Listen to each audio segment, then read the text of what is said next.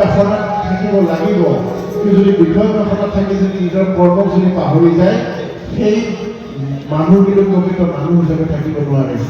প্ৰাণ পোৱাৰ এটাই উপায়, সেয়া হৈছে কলিযুগত হৰি গুণৰ কীৰ্তন। সেই তেনে কৈছে, হৰি নামে হৰি নামে হৰি নামে কৃষ্ণ, ও হৰি নামে কৰি আছে জগত উদ্ধাৰ, হৰি নামে হৰি নামে হৰি নামে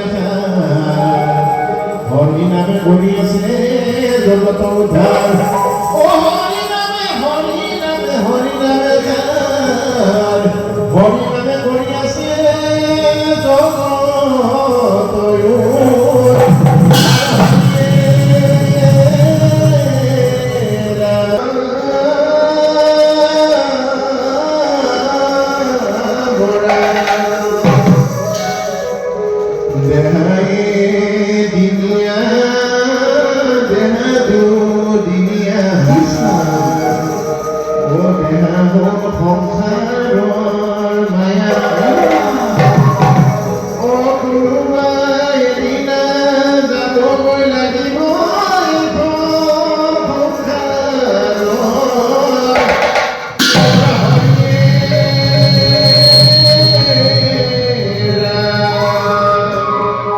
কুৰুক্ষেত্ৰত যুদ্ধ কৰি ভগৱন্তই অৰ্জুনক কৈছিলে,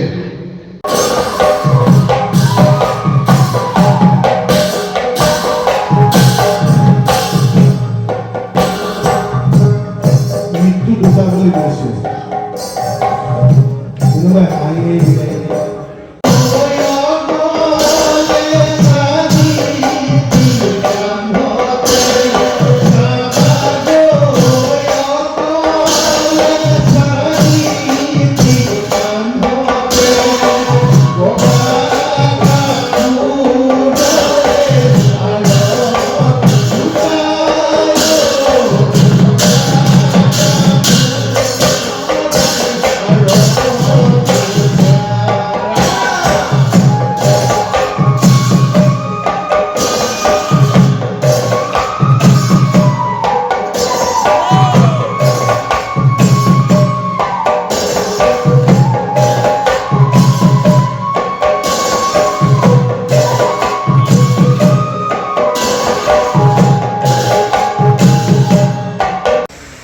আৰু তেওঁলোকৰ দৃষ্টিত মই এটাই কথা ক'ব বিচাৰোঁ, এই কথাটো মই তিনিবাৰ ক'ম, এবাৰ ক'লোঁ আকৌ এবাৰ কৈছোঁ, যে পুৰণি বিশ্বাস আৰু সংস্কাৰৰ দৃষ্টিৰে আমি সত্ৰীয়া সংস্কৃতি চৰ্চা কৰিবলৈ আগুৱাই দিব নোৱাৰোঁ, দিয়া উচিতো নহয়।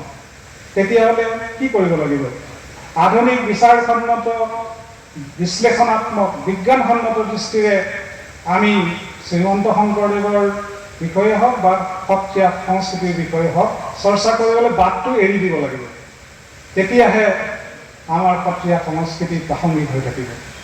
আজি সমগ্ৰ ভাৰতবৰ্ষতে নিউ এডুকেশ্যন পলিচি 2020 ৰাষ্ট্ৰীয় শিক্ষানীতি 2020 চলিছে, প্ৰৱৰ্তন কৰোৱা হৈছে, আৰু ইয়াত স্কিল এনহেন্সমেণ্ট কোৰ্চ বুলি দক্ষতা বিকাশ পাঠ্যক্ৰম বুলি এটা পাঠ্যক্ৰম সন্নিৱিষ্ট কৰা হৈছে। মই এই দুটা কথা কৈয়ে শেষ কৰিম। আমাৰ অসমত এনেকুৱা কিছুমান বিষয় আছে যি সত্ৰীয়া সমাজত লালিত পালিত হৈ আমাৰ সংস্কৃতিৰ ধ্বজা হিচাপে জিলিকি আছে। সেই সম্পদবোৰ কিছু কিছু লোকেহে কিন্তু জানে, অৰ্থাৎ এইবোৰ কৌশলগত বিষয় দক্ষ লোকেহে জানে। তাৰ ভিতৰত এটা হ'ল মুখা শিল্প। ৰামচৰণ ঠাকুৰৰ ৰচিত চৰিত পুথিতেই প্ৰথম পোৱা যায় যে শ্ৰীমন্ত শংকৰদেৱ গুৰুজনাই নিজেই মুখা সাজিছিল আৰু ৰং দিছিল আৰু ভাৱৰীয়াসকলক পৰিধান কৰিছিল। তেতিয়াৰ পৰা এই সংস্কৃতিটো আমাৰ বৈষ্ণৱ সত্ৰ সমাজত পৰম্পৰা হিচাপে সত্ৰীয়াসকলে বহন কৰি লৈ আহিছে। আৰু এই ক্ষেত্ৰত চামগুৰি সত্ৰৰ সত্ৰাধিকাৰ কুশকান্ত দৈৱগোস্বামী নাম ল'ব বিচাৰিম, অন্যান্যসকলে কৰিছে। এই যিটো মুখা শিল্পৰ লেখাৰ যিটো পৰম্পৰা সেইটো আছে। সাঁচিপতীয়া পুথি প্ৰায়ভাগতে আপোনালোকে দেখিবই, যথাবিষ্টং তথা লিখিতং, অৰ্থাৎ তেওঁ লিখিব পঢ়িব নাজানিলেও, ভালকৈ নাজানিলেও তেওঁ কিন্তু লিখিব পাৰিছিল। লেখকৰ বৰুৱা, লেখাৰো এনেকুৱা উপাধি আমাৰ আছেই। আমাৰ লিপি আছে, তিনি ধৰণৰ সাঁচিপতীয়া লিপি বিশেষভাৱে গুৰুত্বপূৰ্ণ, আৰু সেইবাবে আমি ধ্ৰুপদী ভাষাৰ মৰ্যাদা লাভ কৰিবলৈ সক্ষম হ'লোঁ। এই সাঁচিপাত প্ৰস্তুতিৰ যিটো প্ৰণালী, আৰু তাৰ লগত অন্যান্যভাৱে সম্পৰ্কিত যিখিনি বিষয় বা বস্তু সঁজুলি সেইবোৰৰ কথা আমি কোৰ্চ হিচাপে পাঠ্যক্ৰমৰ অন্তৰ্ভুক্ত কৰিব পাৰোঁ। সাঁচিপাতৰ বাবে খুব প্ৰয়োজনীয়, মানে সাঁচিপাতত লিখিবলৈ মহি অৰ্থাৎ চিয়াহী, মহি প্ৰস্তুত প্ৰণালী কেনেদৰে শিলিখা কেহৰাজৰ পৰা আমাৰ কেৰাহীটোৰ ছাই আৰু নিয়ৰ ইত্যাদি সামগ্ৰী লগাই কিদৰে মহি প্ৰস্তুত কৰা হৈছিল, আৰু সেই মহি আজি শ শ বছৰ ধৰি সাঁচিপাতত লাগি আছে, মছ যোৱা নাই, মছ খোৱা নাই। এইবোৰ বিষয় স্কিল পাৰ্চনৰ দ্বাৰা কৰা হৈছিলে। এই কৌশলটো আমাৰ সত্ৰসমূহত আছে।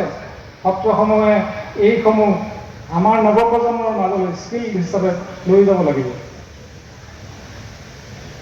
পুথি লিখাৰ পৰম্পৰা, আমাৰ অংকীয়া নাটৰ কথাই কওঁ, সত্ৰত এটা খুব সুন্দৰ পৰম্পৰা আছে, আজিও হয়তো আছে।